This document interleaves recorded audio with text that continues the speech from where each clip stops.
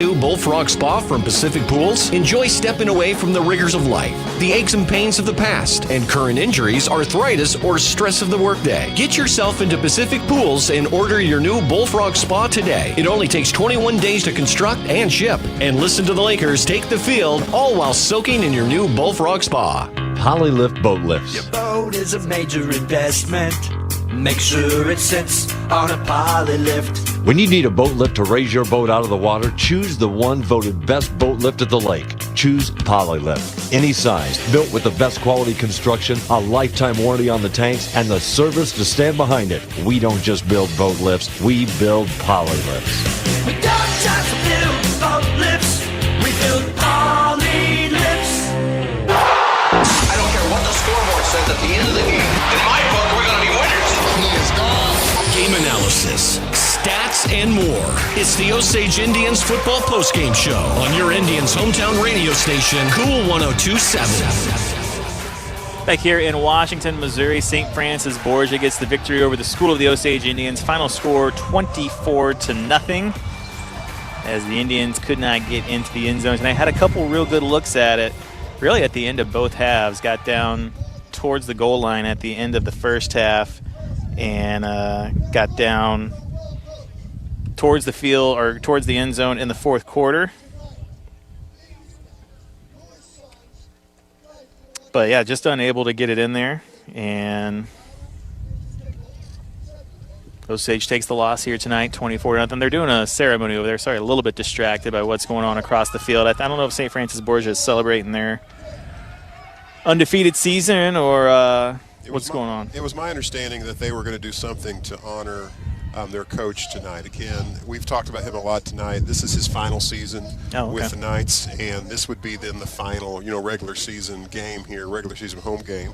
Now, I would expect they're going to host a district game of some kind, being undefeated, but I think there's some kind of honoring going on there for him. That's a special moment. I saw senior night too, yeah. Yeah, I saw I was watching a news story about his career, and on one particular time they were interviewing one of the current players, and he talked about his dad, who played for Coach Gildehaus and was there for Coach's first win with the Knights, and then his son got to be a part of the 300th win. So it's just, when you stick around that long, you get to be a part of some special moments there. Kind of tough to come up with some of the awards in a game like this. That's certainly not as lopsided as we saw earlier in the season against Blair Oaks. Osage kind of hung in there. Jackhammer hit of the game. I'm going to go, presented by Andy's Frozen Custard, I'm going to go with Isaac Williams. Came up with that. He got the forced fumble, and then on the very next play had the 5-yard loss on the quarterback that was trying to get out of the backfield, Mittler.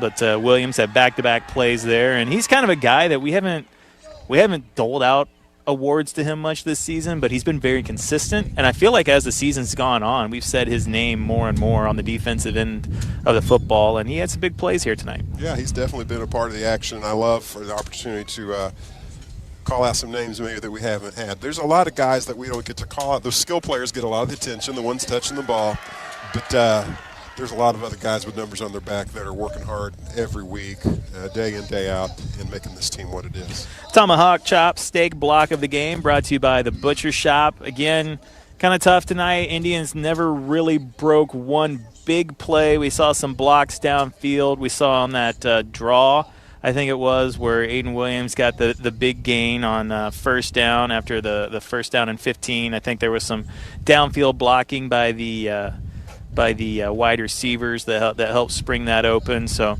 like you said, it's tough in a game like this, but I thought that while this offensive line has been undersized throughout the course of the season, they've done a good job, and tonight was another example of that, where they didn't give up a whole lot. Maverick was never sacked once, and that's a testament to the offensive line and what they're doing. Yeah, absolutely. Well called. MVP player of the game. I guess I could go with Isaac Williams here again. Tough to really make a case for anything, but Arrowwood had the big interception and the return to set up the Indians there in the second quarter. So, yeah, there were a couple guys on defense that stepped up, and while the Indians did give up 24 points tonight, this is a Borgia team that has scored a lot of points this season. So the defense stepped up where they couldn't get some stops at times, but, yeah. Yeah, Noah Stevens had some pretty key receptions there. I could talk about him. Here, I'm going to hand the headset off to Coach Jolly coming up here. for the Rock Island Insurance post-game interview. And Coach Jolly, the Indians fall here tonight to St. Francis Borgia. Final score 24-0. And obviously Borgia senior night here, and they've built quite a program here. Hall of Fame coach across the sideline from you. What'd you see out there tonight? Let me compose myself here a little bit. What I saw is a really good football team that came out at home and played with a ton of energy, a lot of aggression. And from our side, unfortunately, we didn't match hardly any of it. Got to be careful how I'm speaking. So defensively, I thought we did some really good things. And, when we talk about that, each Friday is like, well, offensively, defensively, special teams, fortunate or unfortunate, we're the same guys when you guys playing both ways. Yeah. So defensively, we were able to do some things and should have put ourselves offensively in a good situation to move the ball in. But the fact about it is executing on defense and executing on offense is two different things. When you're throwing and catching, you're running too, you're trying to get blocks, and stuff like that. So it is a little bit different. But our effort tonight was frustrating for me. It wasn't that our kids didn't work hard. They didn't match the aggression and the level of play that Borgia played with tonight. On both sides of the football tonight, I know that every play matters throughout the course of the game. What role did third downs play tonight? Because it kind of felt like Borgia was just able to get if it was 3rd and 7, they'd get 8. If it was 3rd and 12, they'd get 13. And Osage would, on the other end, sometimes just come up a yard short, it seems like, on third down and just not able to convert those third downs. But that's what I'm saying. Like, I think it was 7-0 or maybe 9-0 in the first quarter because of the safety. But, those guys are making plays, but we made them work throughout the game. Yes. The defense made them work, and that was something I was proud of and pleased with. But at the same time, we've got to be able to have time of possession on the offensive side and keep our defensive crew off and do things. And we just didn't make plays. I mean, I wish I could strip it down for you to make it a little bit more, but I'm disappointed. Yeah. I'm disappointed that we didn't play harder. And let me go back to that. And some guys played really hard, but when we talk about it down there, we're not talking about him. I'm not talking about you, he. I'm talking about us. Yep. So as a group, we didn't play hard enough.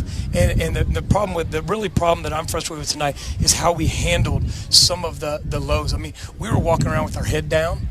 We were walking back to the huddle. We weren't getting set. There were things going on that were super disturbing to me about, like, we're better than this. We are better. We've shown a better product. But the difference is we've shown the better product when we're winning. And we still got to be able to fight and claw and represent ourselves if we're down in a football game. And that's the biggest mistake. And you know what? Every coach says this, right? But trying to motivate, our coaches are vocal on the sidelines and stuff. And I told our team at the end of the huddle, if anybody didn't hear, it was like this. We had no emotional energy on the sideline. And that was even in the first quarter. It was not a situation where we rose to the occasion and accepted the challenge. Coach, what can the Indians take from tonight to get themselves ready for postseason play next week? I'll tell you what they can take is we don't win next week and we go home. Yeah. So everybody been talking to me all week about what seed are we and all that stuff. It don't make any difference what seed we are.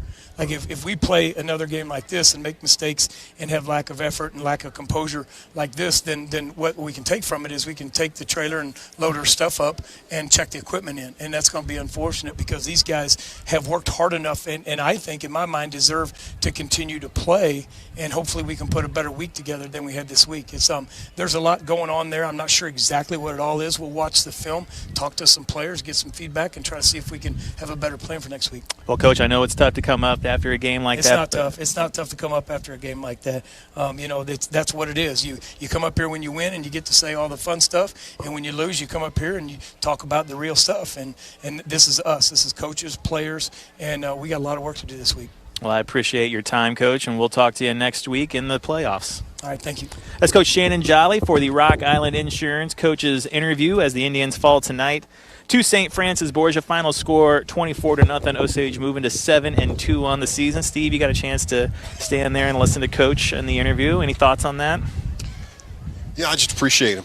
Yeah. I appreciate what he said there at the end about his team and about himself. You got to take the good, you got to take the bad, and it's not hard to come up here because this is just part of it. This is part of the journey, and I like what he said about, hey, win or lose, we got to put a good product. We got to represent ourselves well.